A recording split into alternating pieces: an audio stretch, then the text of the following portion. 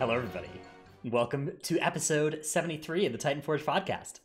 My name is Ratnos, joined by my friends Tettles and Trell. Howdy. Howdy. Yo, what's up? This week, we have a lot to do and not that much time to... Well, I guess not a lot to do, but we will soon have a lot to do. And it's the last moment where we don't have a lot to do. This is, of course, our last episode ever before Shadowlands comes out. This is our last BFA episode ever to ever happen. How does that make you feel, Tettles, that BFA is going away? You know what? All right, so, like, in all honesty, I'm glad that the expansion is going away, but the expansion has done a lot for me personally in terms of content creation and streaming and MDI and all that other shit, so I'm actually pretty happy with the expansion, but, like, to play it, I'm kind of glad it's gone. Yeah, I was deleting all my weak auras yesterday, all of my BFA weak auras, and I just kept running into ones where I was like, oh, thank God it's over. I deleted my Severing Blade weak aura from King's Rest. I was deleting all kinds of stuff that I'm just like, get these abilities out of here. Never have to deal with that again. Thank you. How about you, Charles? Do you have any sentiments towards BFA going away? Oh, man, I'm happy it's over. I had a lot of fun, too, honestly, for most of BFA, I think. But, man, I'm tired of those dungeons. I'm ready for new ones. Yeah. So this week, we are going to discuss what to do during the first week of the expansion. But first, we should cover a little bit of scheduling stuff. So, of course, the expansion is coming out in 2 days from when we're recording this, 1 day from when it's coming out on, the recorded platforms, YouTube and iTunes and those other places. I'm trying my best. Spotify, yeah, that one. So we are going to take next weekend off. Next weekend is Tettles is away, and Trell and I will probably just be jamming Shadowlands kind of 24/7. So we'll be taking that time off. We'll probably all be streaming individually, but no show next week. We'll be back on the week afterwards, so that's Saturday, December 5th, or Sunday, December 6th, that we'll be having our next show. That will be right before Heroic Week, and we might have a guest for that one, maybe. And then we'll be there again the week afterwards, so right before Mythic Week, we'll have another show. And then we are probably not going to be here for the 2 weeks after that. That'll be the 19th and the 26th. The 26th because it falls right in the middle of the holidays, and the 19th because that falls right in the middle of the Race to World First, probably. So those aren't guaranteed yet. We may end up making it to one of those weeks, but probably not both, and maybe not either. I mean, the show after that may end up having some Race to World First stuff going on. Yeah, we'll certainly cover Race to World First on our show as it develops. That's a big part of the plan for sure. Yeah. All right, so with the scheduling stuff out of the way, let's talk about what we're going to talk about this week. We've got our Shadowlands first week, and then we are also going to discuss the Ian Hezacostas interview that came out on Wowhead a couple days ago with a huge dump of information. Most of it just confirming what we already knew, but a couple of actually new revelations that will affect these first weeks. Before we go too much into prep, though, I want to show everybody this spreadsheet that you may not have seen this one, and if you haven't, it is a really, really strong resource for looking through. If you're somebody who's interested in making sure that you haven't forgotten anything, if that's the kind of thing that keeps you up at night, is a worry that you've missed one thing that you're supposed to do, this spreadsheet has a tremendous amount of information for both like preparation that you can do now and also just like what you're supposed to do in all these different places, what the different mechanics are in the different areas. Some of this information is changing still 2 days before the expansion comes out, so those things can sometimes be a little bit outdated here. Stuff like the gun shoes nerf in the Maw isn't accounted for in here yet, and the changing renown dates. But for the most part, this spreadsheet is a really good place to go and just check through, read the whole thing. It takes like an hour to read through the whole thing. It's a big document, but there's a lot of good info in there. So that's a good resource, particularly if you learn by reading rather than by listening or doing. But we're not going to cover everything that's on that spreadsheet today.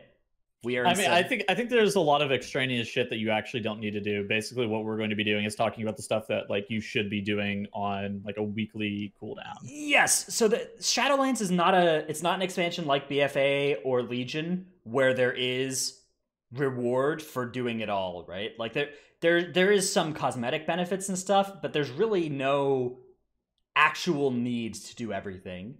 So one example of this is the World Quest swoop.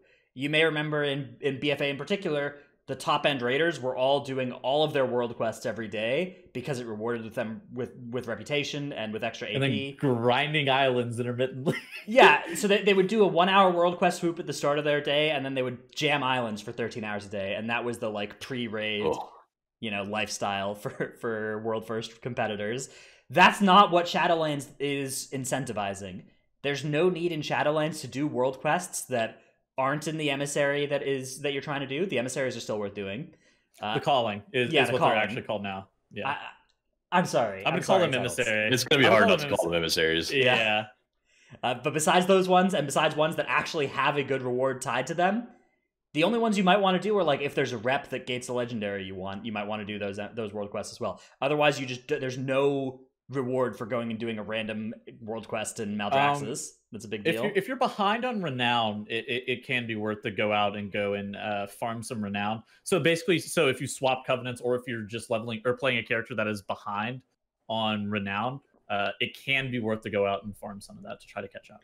Yes, if you do fall behind on renown, there is a lot of this extra stuff becomes actually useful. But basically, all of the end game systems in Shadowlands, instead of functioning like AP did, where there's kind of a, there's weekly squish to it, but you still want to be earning as much per week as possible.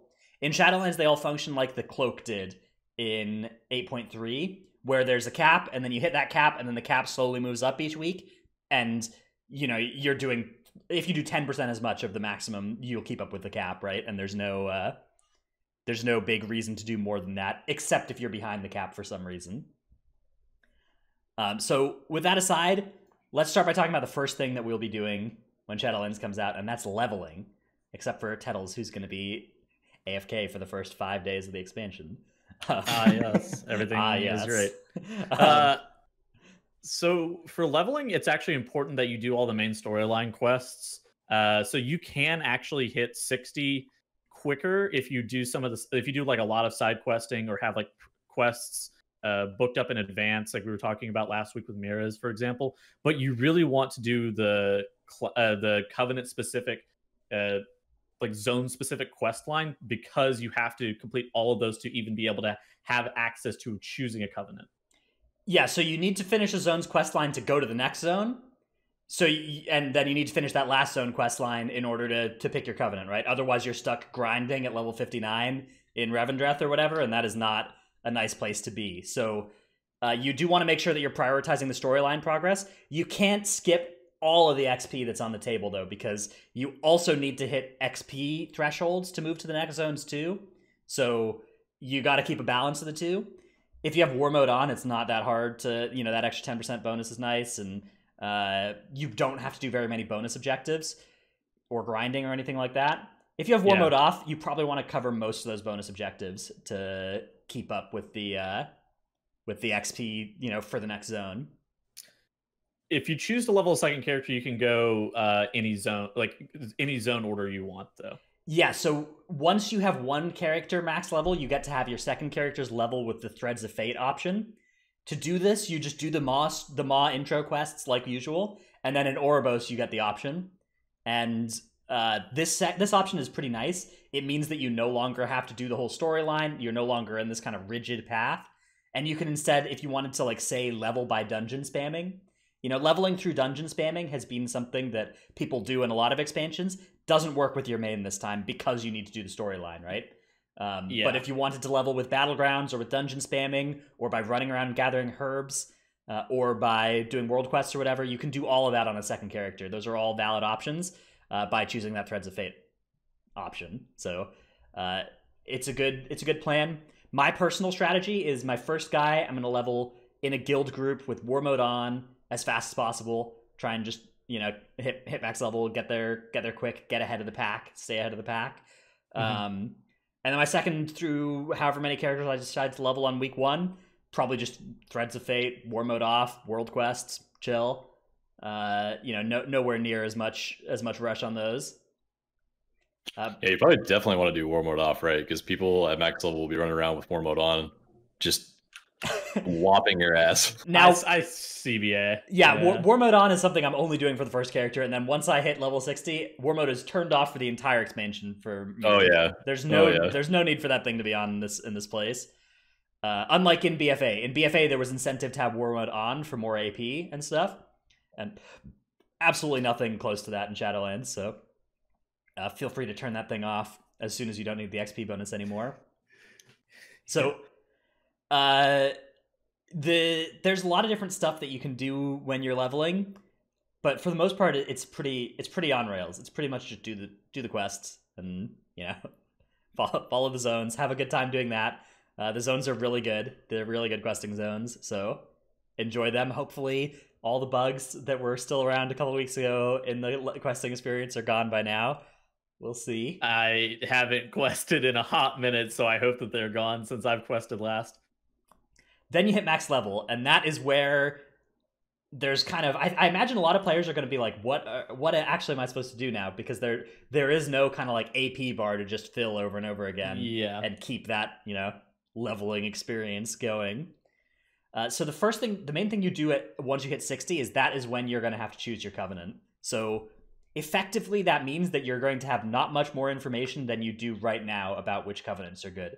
Unless you're somebody who makes your decision based off of how good the story of the zone was, how much you connected with the characters, how good the abilities actually feel during those 1 or 2 hours of playing through the zone to use. Unless those are important factors in your decision, you may want to just make your covenant decisions for all your characters now.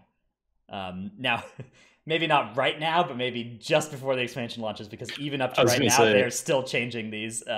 For instance, God, I love rewriting the Wowhead guide days before launch. Hell yeah! Yesterday, Guardian looked like it would be Kyrian or Necrolord, and now it looks like it's a solid Night Fae, right? Yeah, probably on launch. Yeah, and they like totally redesigned one of the Demon Hunter active abilities yesterday, I think. Yeah. For a Covenant. The Necrolord ability has gotten reworked for both DH and DK in the past couple days. So there's still a lot of moving parts. I understand Blizzard's kind of... They have to make these final now, right? Like, because they don't want to be changing the permanent choices once the expansion comes out. So they did like major Azerite retuning like during Heroic Week and like the week before Heroic Week for BFA. I'm significantly happier that they're doing these changes now. As somebody who is actively maintaining a guide, having to rewrite the guide before the expansion launches is miserable, though. But I am glad that they're doing all these changes now. Yeah, I just hope that this does mean they won't need to do them during Heroic Week, because it is going to feel a lot worse to have to change a covenant than change an Azerite trait. Even though changing Azerite traits was miserable, nothing on the changing covenant's misery. Yeah. I worry that Moonkin's gonna get Night Fae nerfed again, even though it just got buffed. Yeah, dude, Moonkin is in such a tough spot because, like, Druid Night Fae ability might get nerfed off of what it does for Guardian, right? And then you're just sitting there on Moonkin and you picked it and you're just a friendly fire casualty or collateral damage casualty. Nah, Moonkin Night Fae is like 6% single target ahead of everything else. Whenever, like, before the change, it was at like even with other options. And it's like, oh, this is gonna get fucking nerfed during Heroic Week, and I picked the wrong covenant. Yeah, so this might not be a good example, but definitely there are specs where you could just feel like your spec is perfectly balanced, and then Blizzard shoots the other spec of your class, and you get shot as well. Just randomly shot. Yeah, I think a good thing to do is save your free swap for Heroic Week, because I think a lot of people are gonna have to use it then. So you get 3 free swaps, 1 to each covenant that you haven't already been.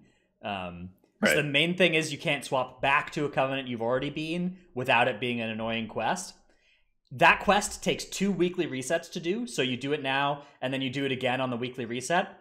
But you get to keep the old renown levels that you had in the covenant you're rejoining. So at a certain point in the expansion, it's actually going to be faster to swap back to something that you leveled up than it is to have this fresh swap. Because a fresh swap, you're going to land back at renown level 1 and need to catch up. So... Yeah.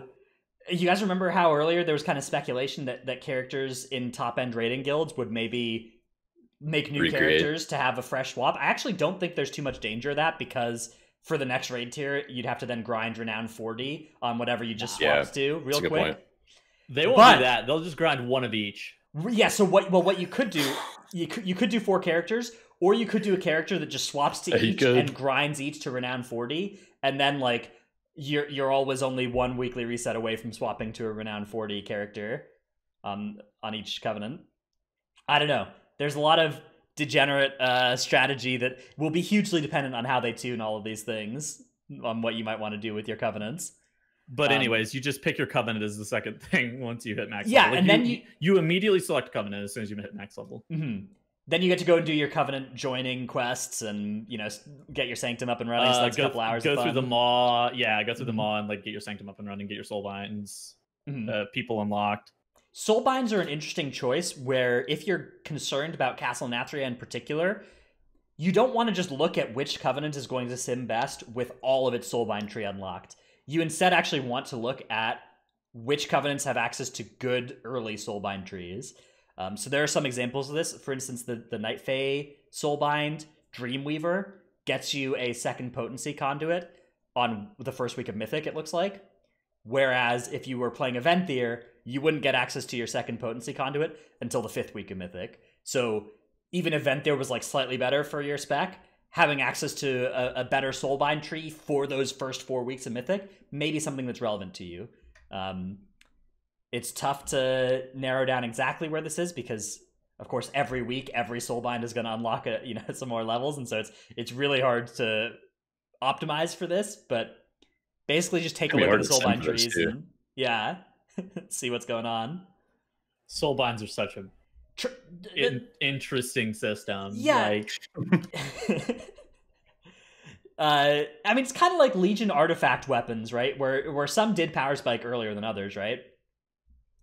Yes. Okay, so like, for example, Dreamweaver gets their second potency conduit at Renown 13. Yeah. Gets their second potency at Renown 13, where Naya gets their second potency at Renown 25. So for a lot of specs, Dreamweaver is better between 13 and 25, but for most specs, Naya is better at the bottom because Grove Invigoration is OP, and at the top because Burrs is OP.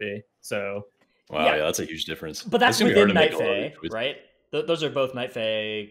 Yes. Yeah. But so you're able to swap between them. I was just using those as a reference point because so that actually that strengthens Night Fae further, right? Because Night Fae has an early game, mid game, and late game good Soulbind choice, right?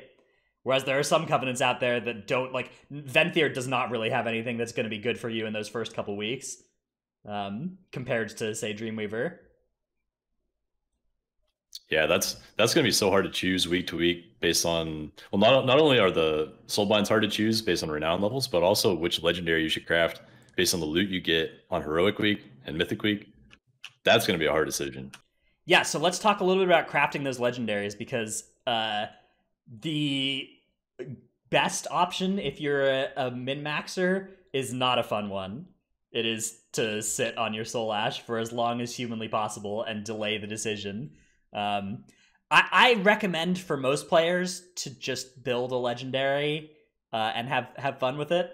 I think that's going to be your best bet. Absolutely, yeah. But if you are interested in making the best possible decision for like Mythic Week, you want to stockpile up some Soul Ash and be flexible.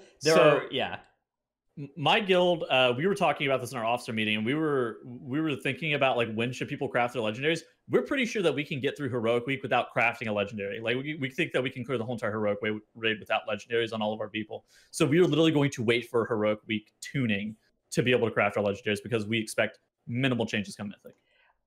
My suggestion is kind of balancing these two goals. My suggestion is craft a rank 1 legendary that looks generically good for you early, and then save all your Soul Ash from there, and you can either upgrade that one, or if you want a different one instead, you're out 1,250 Soul Ash, not a big deal. But we're going to talk about this later, but with Ian talking about the changes to where you can only do layer 3 the first few weeks, you're not able to craft. You're only able to craft one legendary going to Heroic Week, and you won't be able to craft a second legendary until the second Mythic Week. Well, so there is a big problem with crafting the wrong legendary early, especially if it gets nerfed. So yeah, you get 305 soul ash, 610 soul ash per week for Torghast for those first 2 weeks. But there's this whole intro quest line that rewards 900 soul ash. So you will get a sizable chunk in the first couple weeks as well. And it's kind of unclear, if there's some sources from stuff like the mission table, stuff like even callings that might have some extra soul ash available for you. But yeah, I mean, it's a tough spot. You're kind of caught between a rock and a hard place, because you're not only caring about if I craft a legendary that gets directly nerfed, but like, what if my spec gets nerfed and I want a legendary that's good for another spec? If you're a DPS class with multiple damage specs, or what if my like Covenant gets nerfed or my Soulbind gets nerfed and I want a legendary that synergizes with the other one? I think for most players, it's bad advice to hold your Soul Ash. I think if you are in a cutting edge guild, it is probably within your best interest to hold your Soul Ash, though. Yeah, so I think that a good balanced solution for this is to craft that rank 1 and don't craft the later ranks until you have to. Like, because the later ranks don't improve the power of the legendary. You still get that big power spike on your character. Tettles is talking about how you might not need this for Heroic Week, but like, this is going to take pulls off of heroic bosses if everybody in your raid has a 10% damage boost. And it's going to speed up their M0s. It's going to speed up everything that you do during those weeks. So there is quite a bit of value in getting a legendary power effect on your guys. But once committing an extra 750 soul ash or an extra 3,900 soul ash to go from rank 1 to rank 4 only upgrades your item by 45 item levels. It doesn't increase the power of that legendary proc. So there's serious diminishing returns there. My advice for kind of maybe not most people, but like people that are somewhat sensitive to nerfs and buffs is craft that rank 1 and then sit on it. That's what I would do. I mean, THD in chat says top guilds won't craft legendaries until like 7 out of 7 bosses into Mythic, which like that's really late. I don't know if I would never advise that, but I would do it when I hit the wall, right? When you hit Sludge Fist and you're wiping and as soon as you're thinking about like delaying a legendary build to like be potentially safe for a balance tuning pass next week, but instead you're going to spend an extra 30 wipes on Sludge Fist, I'm off it. I think that's got to be wrong. But I don't know. I mean, Limit's better making those decisions than I am. That's just what it looks like. Exactly. I mean, obviously they're going for world first, so their decisions are different, but that was just the point of like delaying it as long as possible. Definitely does have some merit, but like Dratna says, unless you're really pushing like super high-end content, it doesn't really matter. You can get away with whatever legendary normally. I am excited to see how late they can go without crafting legendaries, though. If they really need to for Sludge Fist, or if they do it on the Stone Legion or on the last boss. I bet they will craft it before the 7th boss of the. I think that seems reasonable. I don't. Yeah, I think so too. Again, at least the rank 1, right? Like, you don't need those extra item levels. You could craft multiple different rank 1s and get most of the benefit of them. Because it's just some item levels on potentially an off piece as well, like a not super high budgeted piece. Yeah, he says TLDR, you make pants, and then Mythic pants drop, and you wasted a drop. Yeah, so that's true. It's not just about the effect. It's also about, like, the same good legendary effect could be on pants or bracers. And so you want to wait and see if you drop good pants or not from Mythic. Which is pretty wild. Really troll. Yeah. Really troll. So, with that aside, let's talk about some more of the stuff you're going to do week 1. Mythic 0 dungeons are absolutely worth doing. They don't open up until the first weekly reset comes around for you. That's the same for Torghast as well. And the weekly renown quests. All of those will begin on the first weekly reset, which is like 16 hours after the expansion comes out for NA, 36 hours for EU or something, 30 hours for EU. So when people say first weekly reset, more often than not, they mean like 10 hours after the expansion launches, like multiple hours after the expansion launches. They don't mean a week and a day after the expansion launches. Right. So I would call it week 1 of the expansion. We're going to have a couple hours of week 0, and then on week 1, you get all access to Mythic Zeros and Torghast and stuff. That's a good way of putting it. That's just to prevent there being an advantage for leveling in 5 hours as opposed to 10, or 5 hours as opposed to 15, or leveling on Monday as opposed to Tuesday. They don't want to give an advantage for that, and I think that makes a lot of sense. There are some things you can do if you do level on that very first day before the daily reset The main benefit is you could do an extra calling. But like we talked about, the calling rewards get capped as well. If you're super tryharding those, it doesn't help at all either. So I wouldn't worry about that either. What are the benefits of doing the M0s? Well, you get full Mythic Zero gear. That's for one. That's 184, right? 184, yeah, I think it's the high level. Is it lower than that? It might be lower than that even. I'm pretty sure it's 184. I think that's right. Okay, but like, that sounds right. One of my favorite things actually is right at the start of the expansion, you just go right into Mythic Zeros, like right after you hit max level with your guildies, and just slam your bodies against the bosses until they die and you get loot. Yeah, you're like item level 130, and you're just hitting these things with like a foam sword, and then the boss dies, and you get a serious power level boost for the next boss. You get like 50 item levels on something, yeah. Love that. That is actually really fun. I love the death running through the fucking, like, all the trash. Like, no trash is literally pulled. You're just death running boss to boss. Like, you try pulling one pack, and you're like, okay, that took a minute and a half to kill 2 mobs. Let's just go to the boss, and just like everyone death skips to the boss. Yep. Yeah, 100%. Great time. So once you've done the M0 dungeons, which again, it's not the end of the world if you don't do these, but it's the best source of getting your item level up early. So I would recommend for anybody who cares about item level, and M0 is the place to go. Torghast is something that doesn't reward gear. It just rewards Soul Ash, but its difficulty is reduced by you having better gear. So you should generally prioritize the Mythic Zeros first and the Torghast second. It also has legendary recipes gated behind it. Yes, so you need Torghast for legendaries either way, right? But yeah, okay, fair point. Yeah, the Soul Ash. Yeah, so Torghast, I would say I'm gonna save Torghast on most of my characters for like Sunday, Monday of week 1. You know, save that for the end of the week once my characters have as much gear as they're going to have. But you could do it earlier. Only the first 3 layers are going to be active, and this is what Tettles was talking about, was that Ian confirmed. We initially thought that there would be 6 layers of Torghast to quest through here at the start, but they... What are you smiling about, Tettles? Nothing. You gotta keep talking, bro. All right. Keep talking. Somebody posted some shit comment in chat. I'd stop. All right. There's 3 first layers of Torghast that you can get through, and they're pretty easy. They're pretty quick, and you're just gonna blast through those and get yourself some Soul Ash early. That's the main thing to make sure you do on your characters, not just week 1, but every week, is make sure you do your Torghasts for your Soul Ash. I'm closing chat. I can't handle it. Yeah, same. All right. Yeah. And then once Torghast is done, you just have the Maw.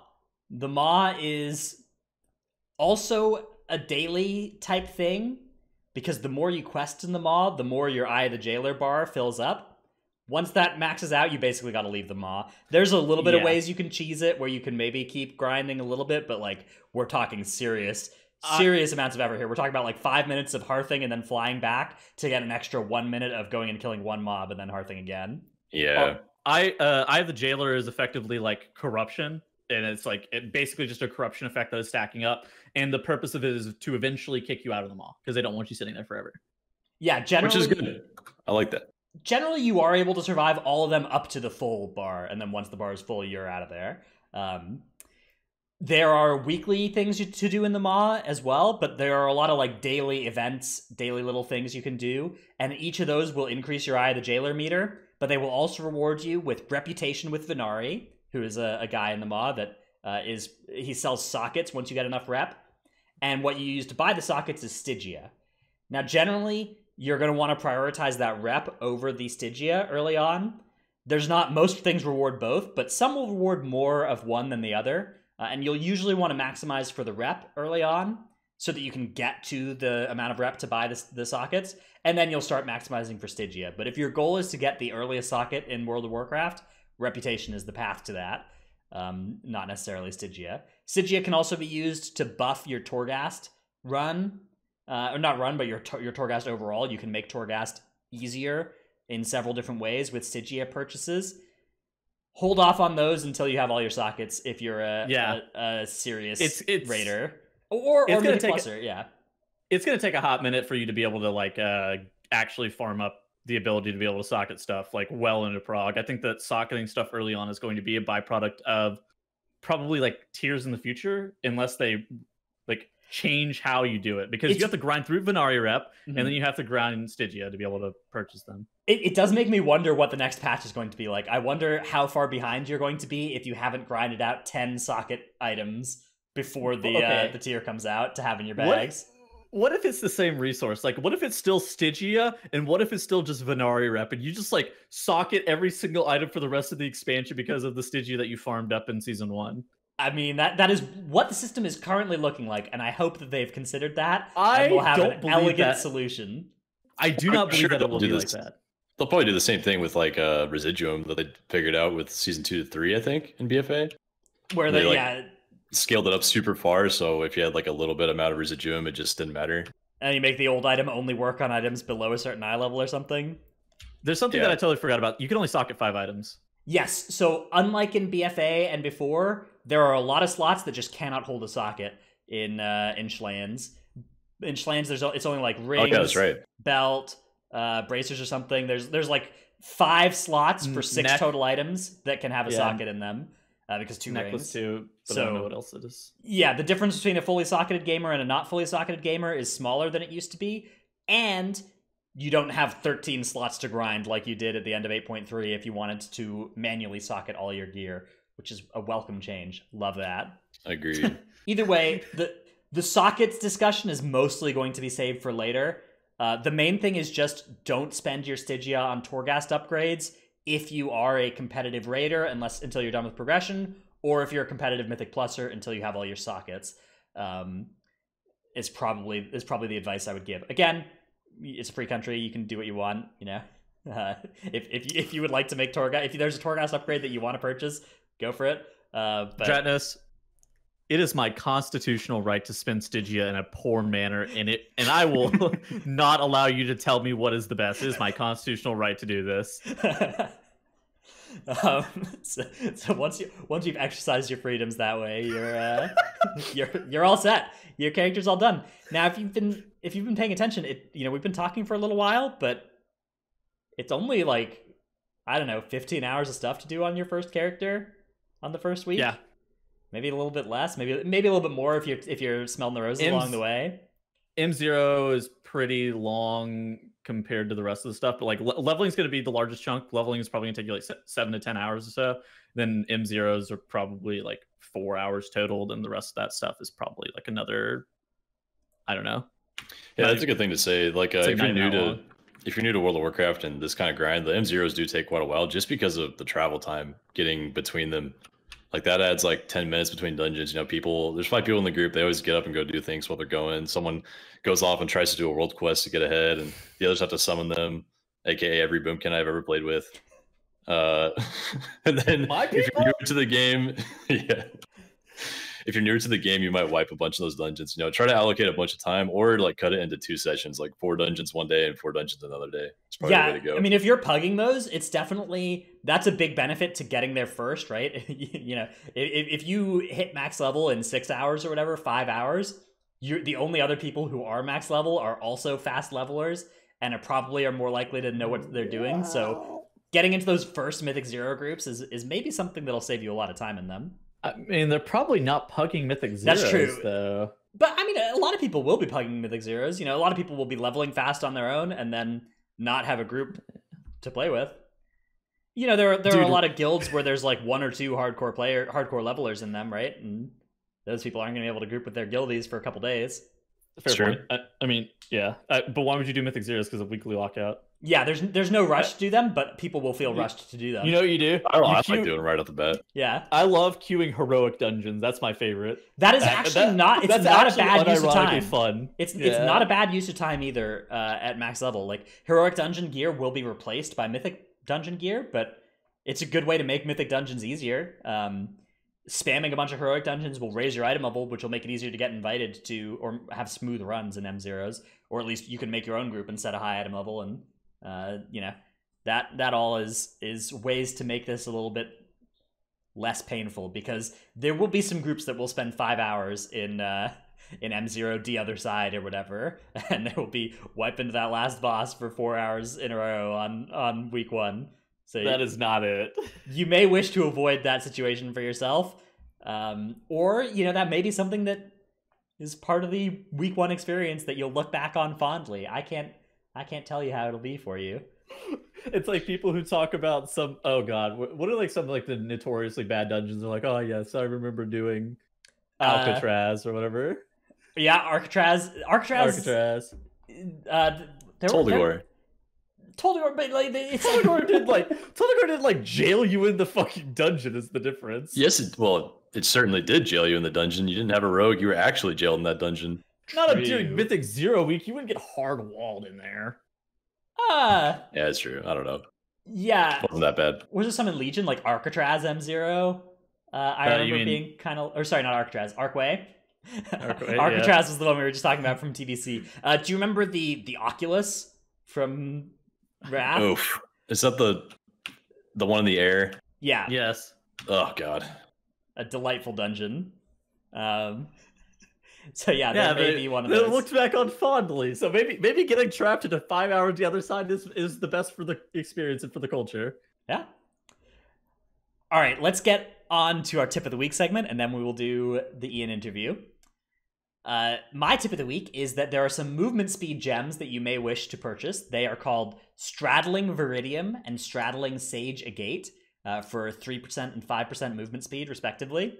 Buying these for, it cost me something like 400 gold to get both of these on my server when I bought them yesterday. Prices may vary depending on server and time, of course.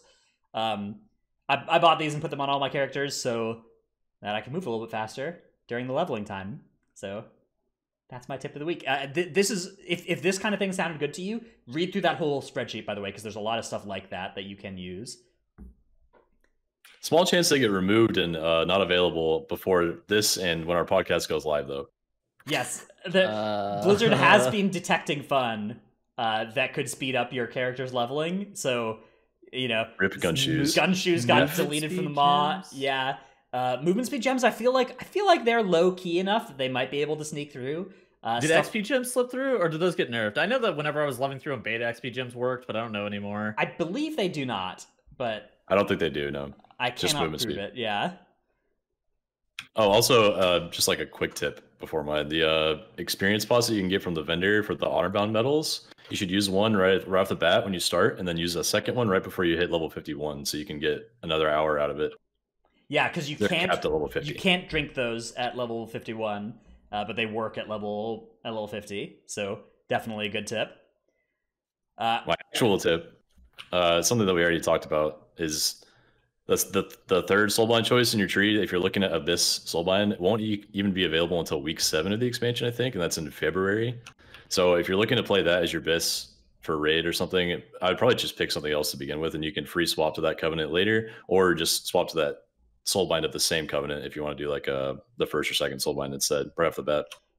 Yeah, to me the biggest important soulbind for this is the Necrolord Bonesmith Hyrmir. This thing looks sweet. But is of course gated behind week 7 of the expansion, so pretty long wait. That's a pretty good one for a lot of tanks, and I see a lot of Discord discussions going on about I'm just gonna go Bonesmith Aramir, but it's like, no, you should probably just pick something else for a long time. That serrated Spalder's trait does like 10% of my overall in keys sometimes. I think that's probably gonna get nerfed eventually, but maybe not until February when people start playing it. Yeah.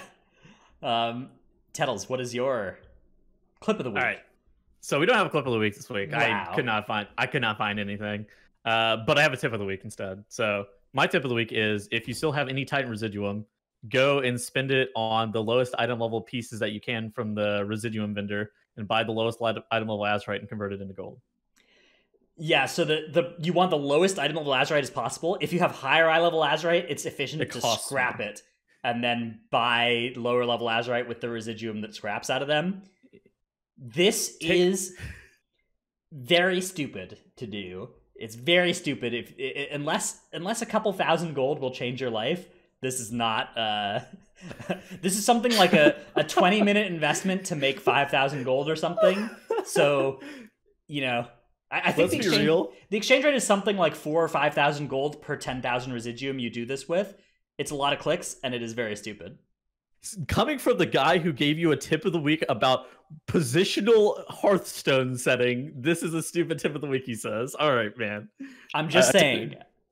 On the other hand, I have seen reports of people getting like 100,000 gold from turning in all their residuum, so it could be really worth it for some people. So much residuum. Dratnos, apparently you are the 1%, and the rich get richer, so to say. So instead of being so elitist about gold, Dratnos, why don't you just appreciate some people trying to scrap together their Azurite for a change? I'm just saying, if you haven't been doing your mission table gold quest for the past 5 months, that would have been a more efficient way to be making gold than this. So right, you're being inconsistent if you're doing this, but not the other one. Fair point. All right, let's move on to our main topic. So we have a big interview with Ian Hazakostas that this was, I think part of this was an exclusive Wowhead interview, and then there was also some group interviews of some kind that are all folded together into this big Wowhead page here that has all their answers. Most of the answers that are in this document are basically confirming what I would have been 90% sure about before. But for instance, the first question was about do you guys remember the M+ keystone bug where we started BFA with like 19 keys? Yes. Yeah. He's basically confirming that that's not going to happen in Shadowlands. So that's a nice thing to hear. You know, I actually did a bunch of like 24 to 25 keys in my guildies the week before, and like the day after I did that, I talked to Squishy and he was like, ooh.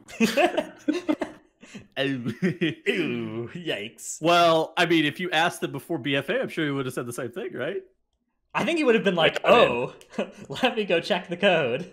And then it would... Obviously, you'd expect the keystones to reset, right? But the only reason why we even did that is because last expansion, it did happen where people ended up with a plus 20 Atalazar on the first week of Mythic Plus, you know, out of their cash because of that.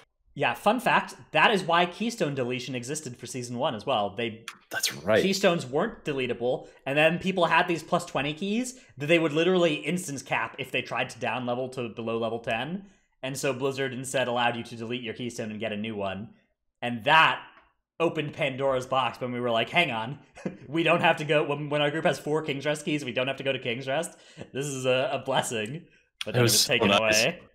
Oh, please, we beg, add a Discover Keystone system and add to your weekly chest or something. Well, the good news is there's no King's Rest in the Shadowlands, so that is... Have you ever been to Necrotic Wake, sir? Not yet. Oh, I was going to say the other side. The other side has significantly improved recently. Necrotic Wake is now the most cursed key. We'll see. We'll see how... You know, there's always going to be a most annoying key, but I think that King's Rest was substantially more annoying than the worst key of an expansion needed to be. I raise you a no voice Spires of Ascension. Okay. No voice keys, I'm not going to touch. I'm not going to touch no voice keys. Not defending those. Oh, man. Yeah, that one is probably closest to King's Res. There's so many secluded platforms of like limited difficult pulls. And fucking 3 melee kick rotation mobs. Yeah. All right, what other questions in this interview would you guys like to highlight? I think we can start with the class and covenant balance stuff. I think we just start going down. All right, so the next question was, how do you plan to handle the balancing of covenants and legendaries after launch when players have already invested resources into those decisions? And basically the answer here is, they say the answer is conservatively, and then a bunch of stuff that's like, we might if we have to.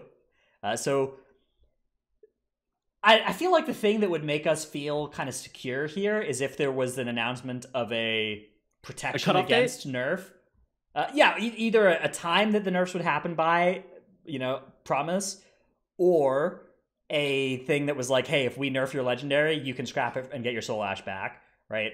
Like if either of those systems were announced, I would feel a lot better and a lot less, you know, we were talking about saving your legendaries. I would feel a lot less incentivized to do that if there wasn't this kind of threat of nerf hanging over you. Again, like we were talking about, especially because you can get something nerfed for how another spec or another class with the same covenant as you is performing. That can cause your soulbind tree, which is fine for you, to get nerfed. So it's not like previous expansions where you have a pretty good idea when your character is like a little OP and might get nerfed. It could you could just be a victim of being a casualty of war, right? So The most recent example of that is the Fire Mage Night Fae ability getting nerfed because it was making fire so good, but it affected Frost in a way like it made it worse for Frost where they don't even cast it. I hear. And Arcane got deleted from orbit with that change as well. Arcane was Necrolord anyways. Yeah, or at least the Night Fae Arcane player would have gotten completely deleted from that. Yes. Yeah. So if you're in one of those spots where you're like, hey, I'm not going to get nerfed. I'm already playing the second best Covenant for my spec anyways. I'm just out here having a good time picking flowers. You might just wake up one day to just bang, a huge hammer hitting you. Yeah, I think if they announced a cutoff date for like there will not be any more changes for the next 3 months, that would at least make people feel more secure. I think there's a 0% chance they're going to do that. Yeah, me too. But that would be great. I have dealt with Blizzard Entertainment for far too long to be optimistic as well. The next question that they asked was about balancing being more drastic between patches, and they basically said yes here, which makes sense. It does mean there's a good chance that you're going to need to use your swaps between patches, perhaps. If there's something that's good, there's a good chance it will be nerfed, or if there's something that's really bad, it might be buffed to be better than what you're doing for the next patch. But again, it's a less big deal. It mostly just means that you're probably going to end up exhausting your free swaps at some point during this expansion if you care about playing the best thing, right? If you just care about playing something that looks nice to you and you're only going to swap if there's a big disparity, you might be able to escape this whole expansion without swapping. It's definitely possible. It just depends on how sensitive you are to that. Then they were asked the question about nerfs of scrolls and drums. And this was an interesting one. Actually, this was really interesting. Okay, do you want to maybe read out the relevant parts and then give your take on it? So basically he started talking about it underscores the class utility and the class diversity in groups. He was stating that scrolls and drums basically over homogenize group compositions, and what was the most relevant part? Oh, cool. Okay, so he says, oh, cool, we have a priest with us today. That means that we're all going to have an extra bit of health. Some of these things that are otherwise borderline one-shots in this high key, we have a bit of extra cushion against. Same for the other buffs that are available, and that's something that's been a part of WoW for a long time, and we like to return to is class identity. I think that, personally, they are too in the middle, where they need classes to be either homogenized to the point where everything is like okay, where you have access to scrolls, you have access to like oils for Demon Hunter buff, you have access to drums for Bloodlust alternative, you have access to engineering battle res for battle res alternative, or every class needs something else. Like shamans should be the only class that brings Bloodlust, not hunters and mages. Mages should be the only class that brings AI. Druids should be the only class that brings battle res. Like that kind of stuff. It needs to be like completely separate or completely together, but not this weird in-between state that we're sitting at right now, where it's like, it feels like some stuff like priest buff and warrior buff and demon hunter buff, like all these buffs that you can't get from external sources, yet for some reason you can get, albeit a shitty version of it, like drums or engineering battle res. Yeah, I'm kind of torn here about this as well, because I like the idea of classes bringing useful and cool stuff.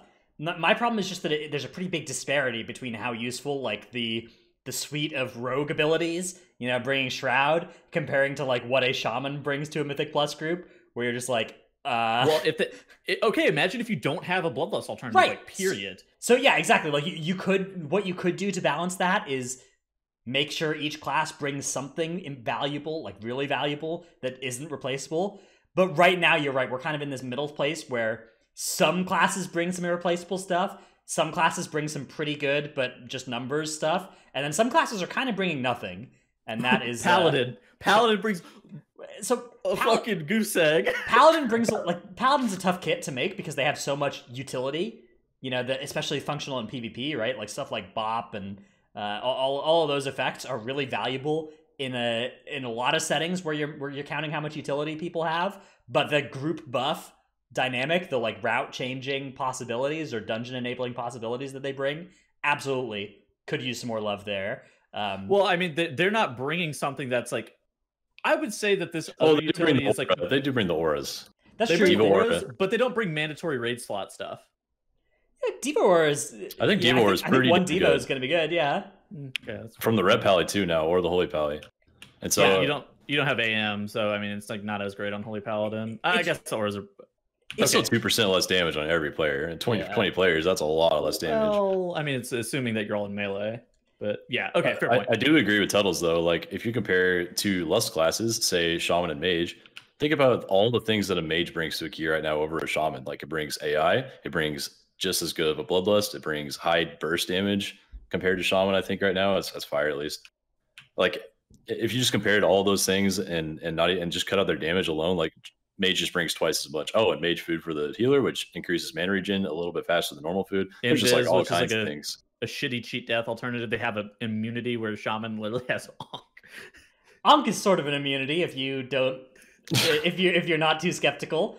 So, I guess. Poor Shamans. Yeah, I agree. It's tough though because we're looking at these things based on who brings what to a dungeon. And it's very lopsided between, say, an elemental shaman and a fire mage, right? It's very lopsided which of those is bringing good stuff. But they're not just designing for M+ in a vacuum, right? They have all of these other forms of the game where stuff like the shamans, I guess Purge isn't a good example because mages also have spell steal, but there is some shaman utility that mages don't have. Cap totem versus not, yeah. Yeah, which doesn't mean much for M+, compared to like Dragon's Breath and stuff, but it is still it's those other parts of the game that it means there's so many different variables for them to balance, and basically the problem for M+ is that M+ is the last one they look at.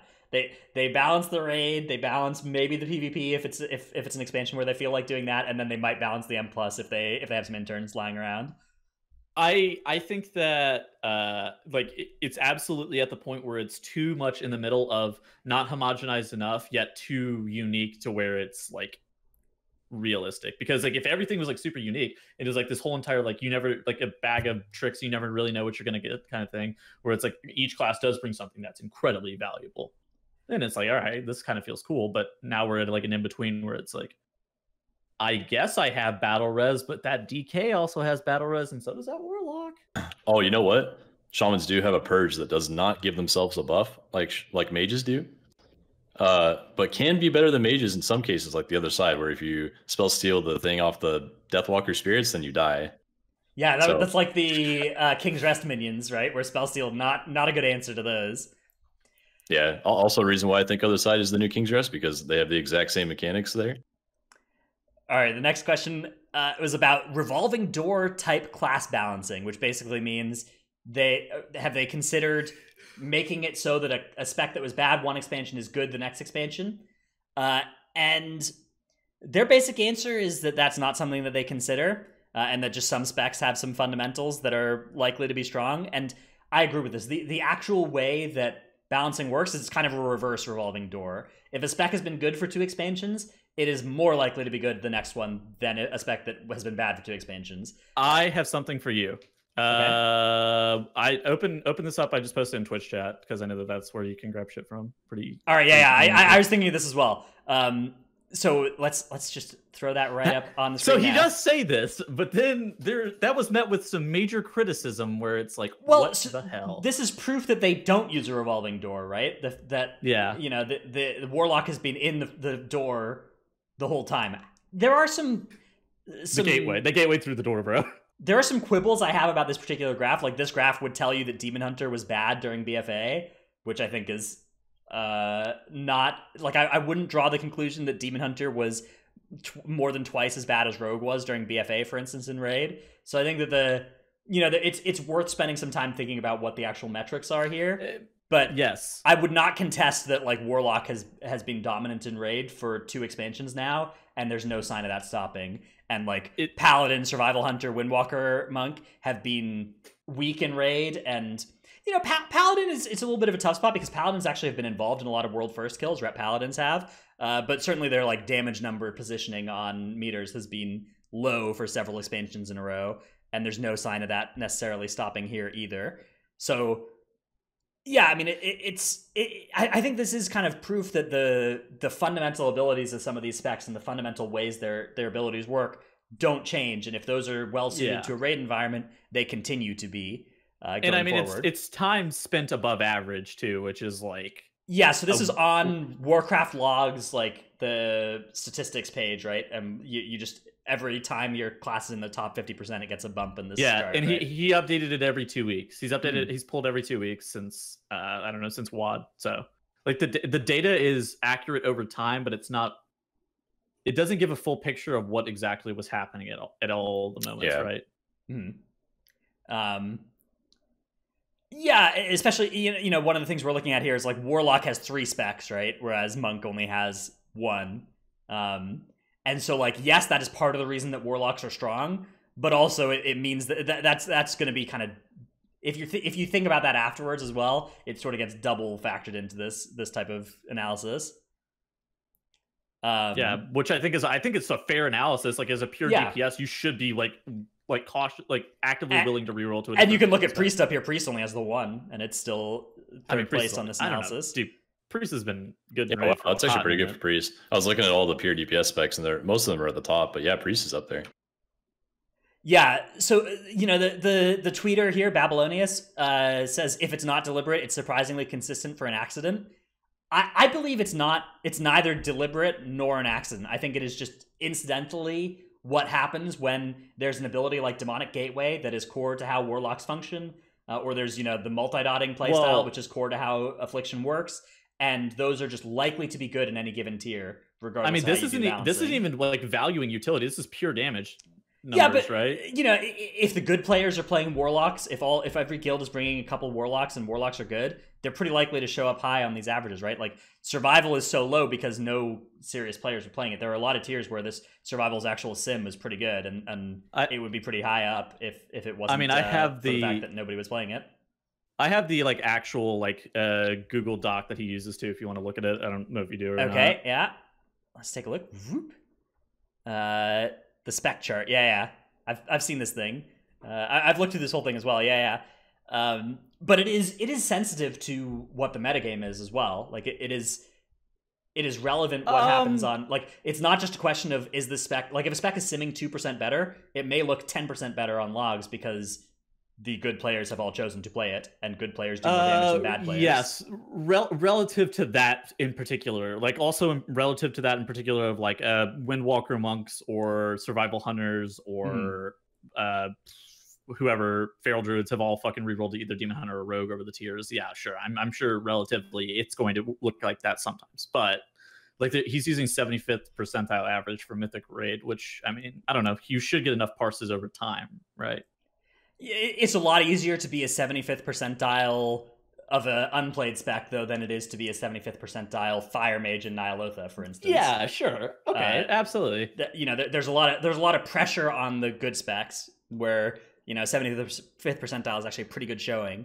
Whereas if you're kind of a one trick that's actually good at one of the other specs, you will be hitting those 99 percentiles fairly easily. Okay, so would you have felt better if you used 99? No, I'm not trying to say there was a better way to use the data. I'm just saying that we have to understand the limitations of the data. I think this is a very good analysis, but it is not. You can't just get a. You have to look analytically at the data as well. Absolutely. I don't think you would disagree. I don't think you would disagree with that. Either way, I do think that the point is well taken that there's a good chance that the specs that have been good on that chart will continue to be good. Stuff like Warlock, Shadow Priest, Mage, absolutely love the chances for them to be good most of the patches in Raid this expansion. Ret Paladin. It is worth noting that is an analysis that doesn't really look at M+, right? And M+ kind of has a different set of fundamentally strong specs that I would expect to see continue to be good. Yes, the Druids and the DKs and the rogues. Aha. Yes, those restorative druids, man. DKs. You talking about Unholy? I mean, DK is generally pretty strong. Yeah, at least one spec.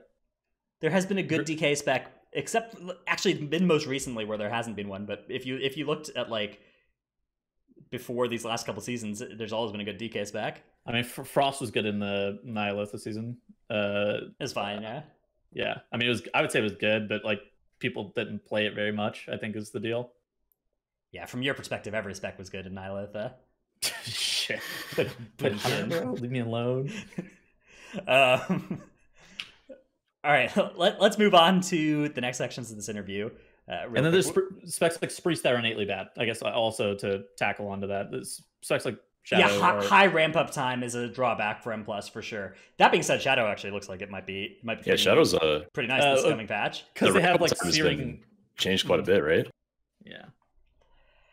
All right, the next questions were about covenant swapping, renown, and stuff, and basically all of this is a confirming what we already expect.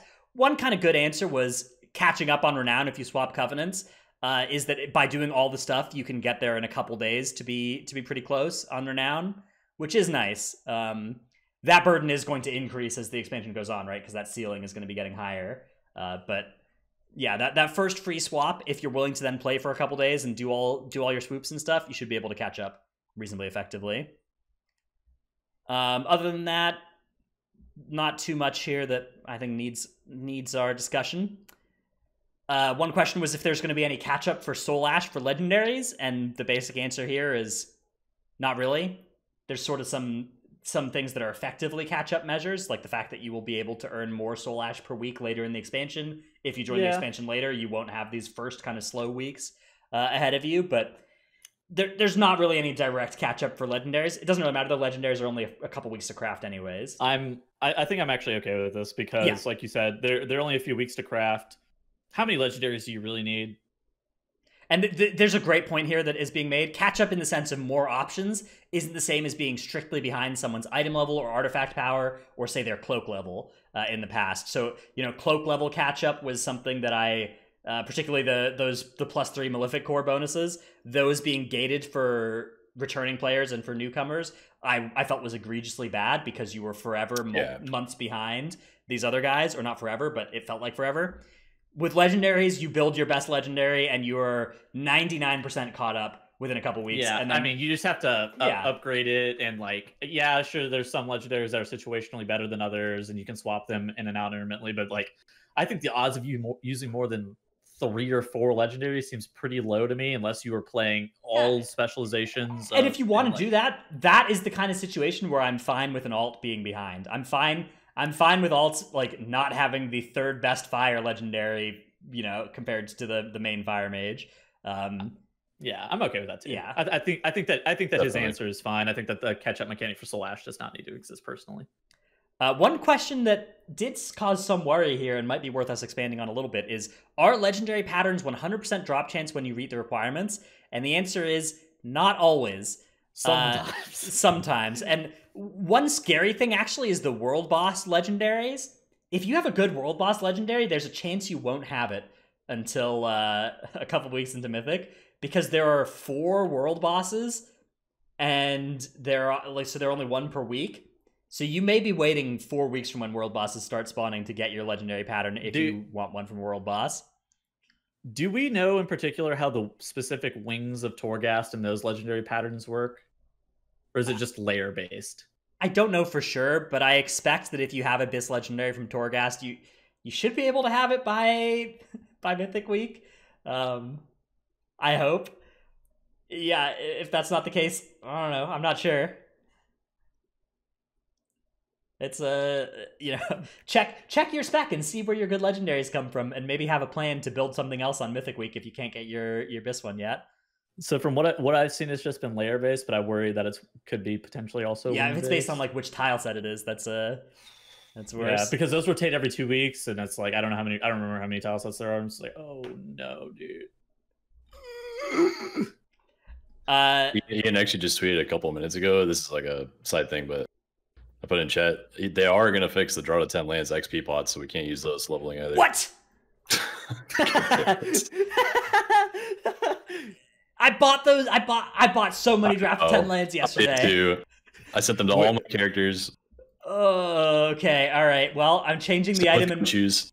I have a preparation spreadsheet for this expansion with all my characters, and I had this line that was nice and finished that was bought draft of 10 lands, and now I'm gonna have to change it to deleted draft of 10 lands to clear out my bag space, and it's an empty row again. I have more prep to do. They were watching. Wait. Done these fixes 2 weeks ago. We should it doesn't have to be. We should drink those on our characters now and then log out, and hopefully we still get 55 minutes of the buff. Right. Yeah. Alert! Everybody log in and drink your potions.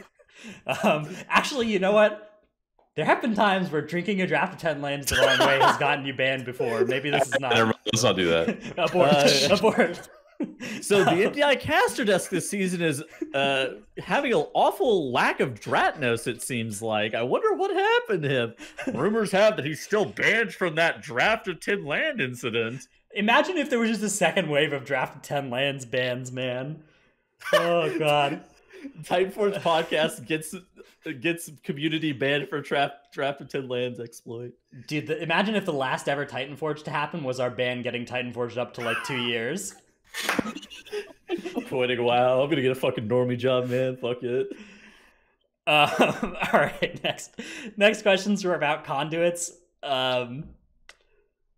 Basically, the answer here was okay. So some conduits drop from some different sources, and some drop from stuff that is item level capped. And if you want to get a higher rank one, you're gonna want to use the Venari ability to add random conduits. And that can get you. That can be a way to upgrade your low item level conduits from capped sources. But if you have a BIS conduit from a source that has low capped item level, it's from some Torghast drop or some world boss or something, and it's lower than your max item level, then you might be behind for a couple weeks compared to somebody who can get a Mythic Nathria conduit drop. But it is effectively just item level, so you're able to upscale that eventually. Yeah. They're how it was initially presented with like conduit levels. I think that Ian actually did a pretty good job of clearing up exactly how it is. It's not like conduit levels. It's item level. Yeah. Yeah. And I think that makes sense. Also, conduits don't drop from the Great Vault, so that's nice. At least we're not going to be in that spot. Oh, thank God. Like Azerite, where if you had a BIS Azerite M+ piece in Season 1 of BFA, you were just praying every time the box opened, because that was the only way to get a high item level version of it. So nice to hear that's not happening. Seems like they're learning a lot from like some of the early mishaps from BFA and Legion. The next question was about the Great Vault. Can you get loot from bosses you haven't killed yet? This answer is a little bit unclear. It's not 100% sure what he means by it, but basically, you need to kill those last 2 bosses on Mythic before you can start getting their loot in the Great Vault on Mythic. You didn't understand this? I thought it was fairly clear. Well, he says for things like end bosses or higher tier stuff, you can't get loot from the Great Vault if you've never killed that boss. But does higher tier stuff here refer to any Mythic boss, or does it just mean the 2 bosses at the end of the Mythic raid, right? What does that mean? Because that would have a different implication either way there, and I don't think it is 100% clear which situation we're in here. My reading of this is that the most likely answer is that you can get any Mythic item from any boss except those last 2 until you've killed them in your Great Vault. But it might be that you have to have killed each boss to get it in the Great Vault pool on Mythic, in which case that would create some weird incentives where you would want to not kill bosses that didn't have the loot you wanted, and you'd be like, "Please hit me for this boss. I don't want it to pollute my Great Vault." So even if that's not the case for most bosses, that could still be the case, by the way, for Stone Legion, where you don't put somebody in who doesn't have any good items from Stone Legion. But it's hard to imagine because they're high item level. I think whenever he says higher bosses, he's referring directly to item level. I thought that's how I read it, but I do understand what you're saying, where it's like, okay, how do you even determine that? It does make sense that this system makes a lot of sense. It's nice that you're not just going to have somebody randomly getting a Sire Denathrius Mythic piece because they killed 1 Mythic boss. So I like this solution. Or a warrior getting Gedeku week 1 with BIS corruption on it. All right, the next question. Darnos' Paladin. Yeah, my Paladin, which Tettles deleted that item. That max eye level socketed Twilight Dev 3 Gatiku week 1. That was a good delete. That was pretty nice. The next question is, how many pieces of loot are going to drop from a Mythic boss? And the answer is 3 here. And if this is not something that actually I saw as a surprising answer, but on the comments to my most recent YouTube videos, this has been the most common Blizzard flame, has been, we're only getting 3 items per boss, the expansion is terrible. It's the price to pay for the removal of Titan Forging, though. Yeah, And that's the corruption. thing. I think that this is. I think it's totally reasonable that it's 3. I think that it's going to be rough to gear up alts like later on into patches because you're only getting 3 pieces of loot per boss. But I do think that this like relative loot value is going to probably stay in line. It's just going to be harder to gear alts, I think. Yeah, so not only is it less items, but also you don't have the bonus rolls. So it's far less items in that context. Yeah. But if you're thinking about the number of actually good items that you can get, it's 3 now. It used to be like 0.5 or whatever, you know, the chances of getting a good Titanforge or a good corruption. And now it's 3. Yeah. So to me, it looks like a huge buff in terms of the number of good items that you're going to get from each raid boss. Average drop chance was 5 items per boss.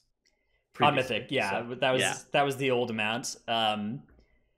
I'm fine with this. Yeah, to me, this seems like, I mean, you know, if we consider the old days, people were talking about how you need to grind more M+ now because you can't get as many items from Mythic. But like in BFA and Legion, you could grind M+ forever and still have upgrades from Titan Forging. In Shadowlands, once you have a better item from normal, heroic, or mythic grade, heroic or mythic for high item level, for like Mythic plus 14 or higher or whatever, but once you have a heroic item, you are never going to get a better piece from Mythic plus. There's no longer that you know, Titan Forging hook there to incentivize you to do that grind. Yeah, and absolutely, and of course this does scale with flex rating size. Like 10 people are going to have probably 2 pieces, and 30 people are probably going to have 5 or whatever, right? Yeah, we don't know what the heroic numbers are. This is just for Mythic, which is a fixed raid size. Yeah, exactly. I mean, yes. It's reasonable to assume it would be something like that ratio. But they might give more loot out in the lower difficulties as well. That's the kind of thing that would also make sense. Hopefully the Great Vault changes end up helping out with this problem, because I'm pretty worried about my alts after progression. Like I want to gear up my tanks for Mythic Plus after I finish on my Rogue. And if I don't get good items out of the Great Vault, it's going to take a long time to get like fully geared for Mythic Plus. That's my concern, because you're getting less loot in raid, so it's going to take longer to gear up your main raiders, like to fully, or to at least a playable, to close to a maximum level, versus like you could also easily get scrap loot too, because like you get that's the thing. There's no longer these kind of like bad items that can get traded to alts very easily starting on the second week of Mythic, right? Because in Nihilotha, once you know, there would be all these non-Titan or non-corrupted items that like, if they drop, nobody would want them, and alts could snap them up. That will be harder, but I don't know. I don't think that the population of people gearing alts from Mythic Raid is that big, and I don't think it's that much of a problem if that gets a little harder. Yeah, that's a fair point. I don't think it will be that big of a deal, but I guess I'm tentative to see how it's going to be for the first tier. That was my initial reaction, is that it's getting slightly harder for alts, but I think that 3 makes sense whenever you put it in context of like loot is loot, and like basically you're only going to be wearing gear from either the Great Vault or from Mythic Raid.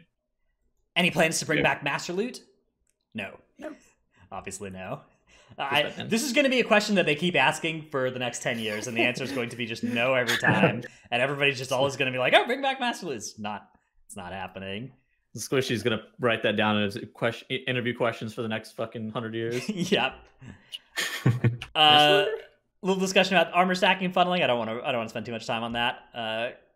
And then basically the answers they don't see as an issue, that they would always do some other bullshit. Yeah, exactly. It's not something that affects very many players at all. Yeah. Are tier sets still planned for later in the expansion? Oh yes, love the sound of this. This is a Pogger champ. Love tier sets coming back. Everyone, including myself, that I ever talk to likes tier sets. Like tier sets are just exciting to attain. They're fun to like change your playstyle slightly.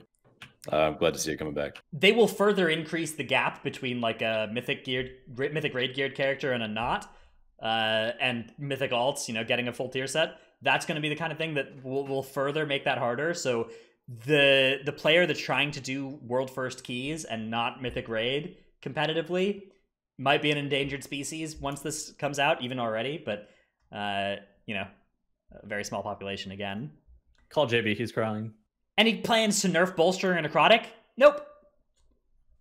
Rip. Feels bad, man. Yeah. Ooh. I hate to see it. You know, the funniest part of that response was, Oh, we've addressed creating these dungeons and like removed the necrotic from mobs. Not a single mob has been touched on necrotic except for the pride mob, which is good. Like the pride should not apply necrotic because you can at least kind of pull into something else on necrotic. But not a single small mob has been changed Ever. So. Like even droplets and fucking like Shrine of the Storm gave you necrotic stacks and stuff. Yeah, and those are the worst ones because like 2 seconds into the pull, if you have like a million droplets, you have like 60 stacks and you have to run. Yeah. Like, you've been able to do 2 GCDs before you have to get out of the pack. Dude, I don't know if they have actually played Necrotic Wake or not, but then like doubling down and saying no, we're not changing bolstering just boggles my mind. Because you sit there and you just think about the first half of Necrotic Wake and you're like, all right, so there's these gatekeepers and they have like, let's just say 150 percent HP. Then there are these like big dudes that put a shield on themselves and they have 100% HP. And then there are these like small mobs that like patrol around the whole fucking area and they have like 75% HP. And you're like, okay, dude. Yeah, well, to the credit, the Blightbacks don't bolster, but the soldiers you're talking about do. Yeah, the patrol. Yeah. The Blightbacks don't, but the patrol does, which is like, what the fuck? Yeah. They have done a lot of work on making some small mobs not bolster already. That is good to see that's already the case. Like, it took probably the entire season 1 of BFA for them to touch a lot of small mobs on bolstering. And they never got to Minions Azul. That was the whole expansion. They never got to them. Or the attendant guys in Shrine, the little guys. Yeah. Initiates. Yeah.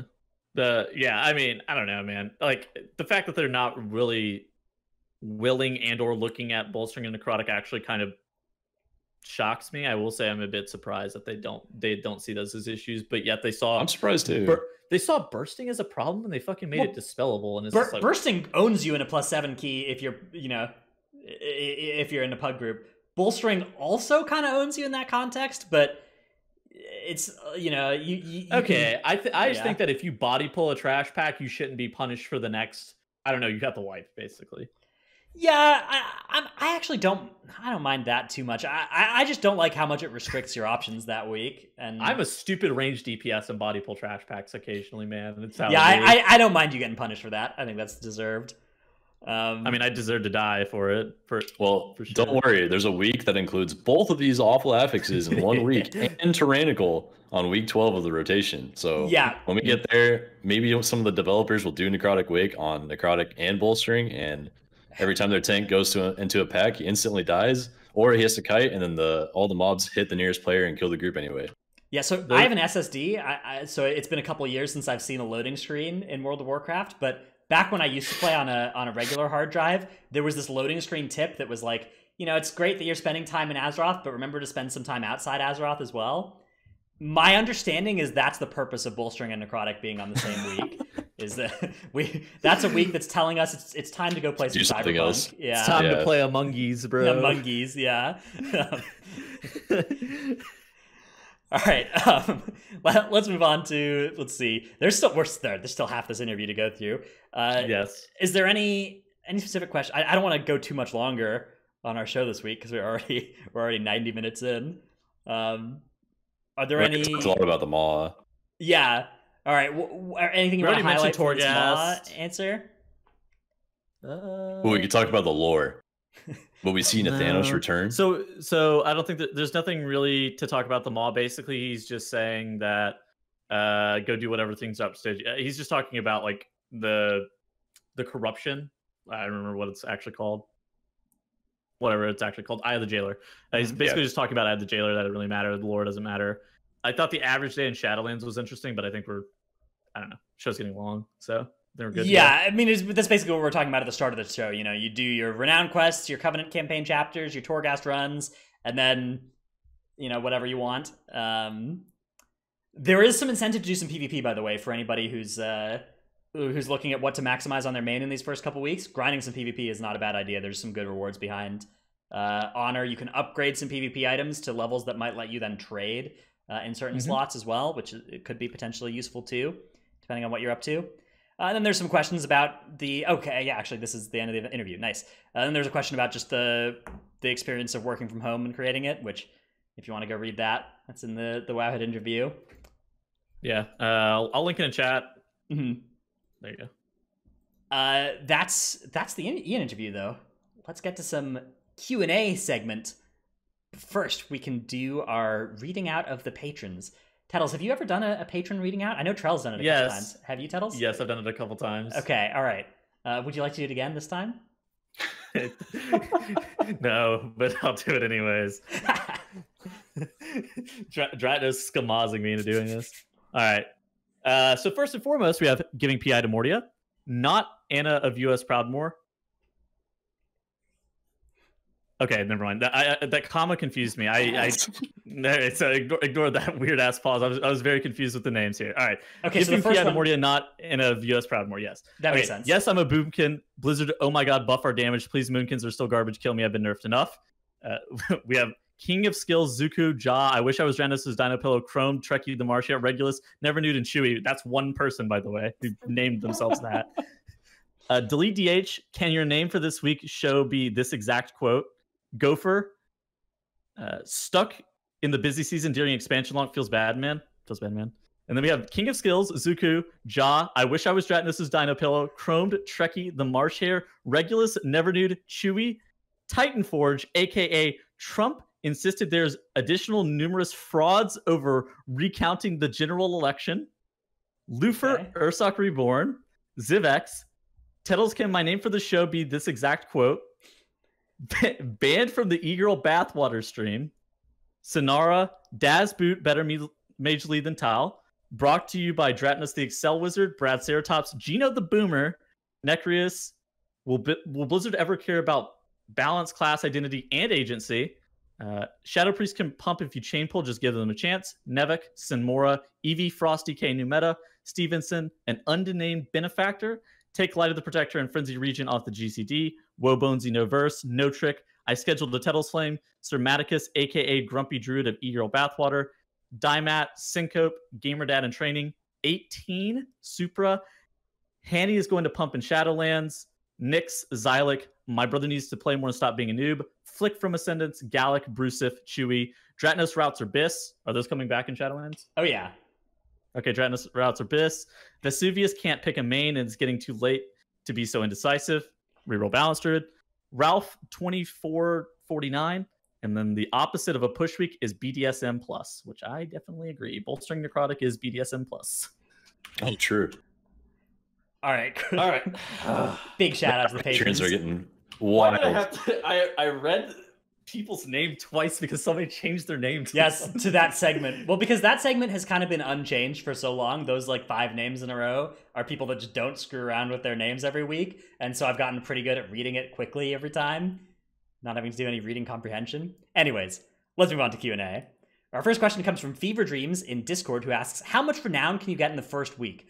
I've seen numbers ranging from 3 to 7 renown rank. And what renown should you have going into Castle Nathria? Tettles, do you know the answer to this one? Oh, gosh. No, but I have been told the answer to this recently. Yeah. So it looks like the amount is renown rank 4 on the first week, and then 3 every week afterwards, pretty much, with a couple of weeks where you can get 4 instead. And basically the way this works is that there's the 2 weekly quests and the what's the other source for this? There's 2 weekly quests. The Torghast, right? And then there's the 2 weekly quests, the Trial of Ascension. So the campaign, right? Okay, so it's the 2 parts of the campaign. Okay, yeah. So basically, most weeks you're going to get a Covenant campaign quest as well, because you'll hit a renown level that gets you one of those, and so that'll get you extra renown. And some weeks you might get 2 of those, or some weeks, like the first week, you're also joining your Covenant and doing your intro quests. And so on some weeks you're going to get 4, but on most weeks you're going to get 3, roughly. And then on some weeks later in the expansion you're going to get 2.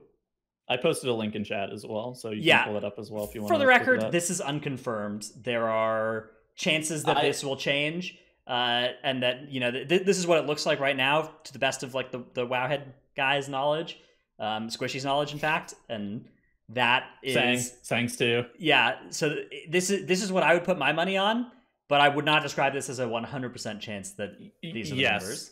And there's also been people who believe that you were going to get Renown 6, but that's largely believed to be because of the catch-up mechanics with how the Renown system is functioning currently on the beta environment, and it's believed that it's in fact going to be 4. You're going to be able to get 4.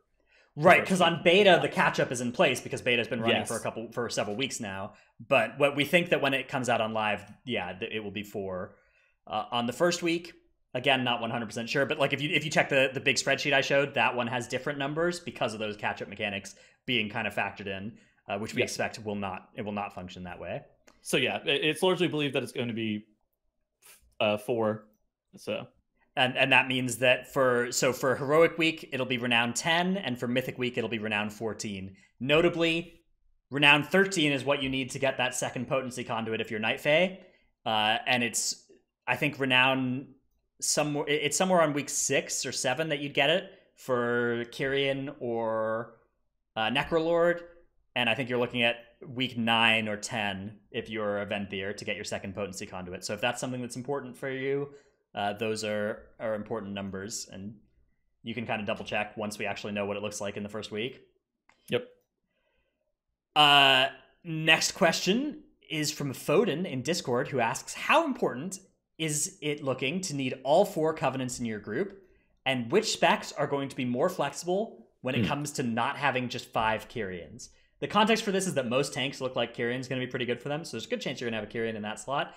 And Kyrian's looking pretty sweet for a lot of DPS specs as well. It looks like something on the order of 40 or 50% of players I expect are going to end up being Kyrian, which is a plurality. And so, then, yeah. What are some of the meta specs that are looking to be more flexible? I think that Frost Mage looks to be probably the most flexible spec in the game, where you can basically play whatever the hell you want. They don't have any good covenants, so it's all there's no good answer, so there's no bad answer.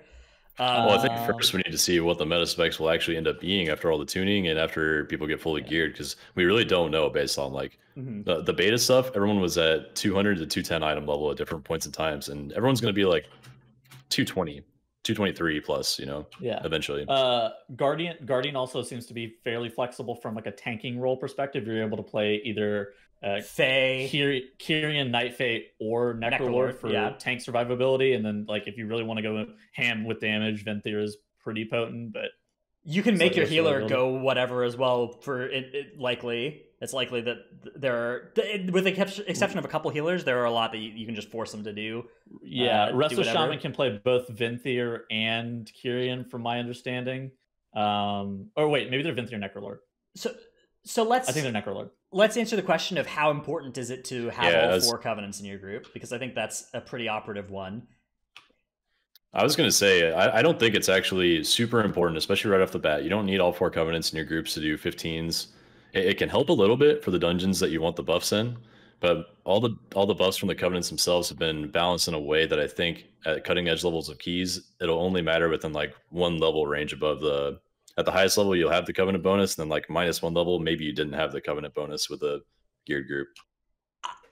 I expect that you will have the appropriate covenant bonus up to like if you're trying to get even within like 2 or 3 levels of the top key. I think that there are some dungeons where like, man, not having a loyal Stoneborn, that one is it's not necessarily that you can't a bit though. It's not necessarily that you can't do the key at the top level, but like no group that's that good is going to choose to go into that dungeon without it, I don't think. Mist of Tyranid Scythe as well is like, dude, like you can't fucking die. Like, it's not even that it's that big of a time save. It's you just absolutely have 0 recovery for any pull or like running back. Like you have just 0 recovery tools for. So say a DPS gets clipped on the last bridge, like coming into the last boss, they have to start back at the very fucking beginning of the instance. You're like. And that's Spear and Spires of Ascension. Now, to be fair, the Spires of Ascension, like the Kyrian bonuses are the least valuable because we expect there will be Kyrians in most groups with the current balancing. Like that, I don't think it will be hard to find a Kyrian, which is kind of weird because it means the Kyrian is less valuable for getting into groups because there will already be one in there. It's a weird spot. Yeah, I don't know how accurate this is going to be like a week from now, but where I'm standing right now, I'm looking at my covenants and it's looking like 3 to 5 of my tanks are going to be Kyrians, and they're like 0 to 1 for each of the other covenants.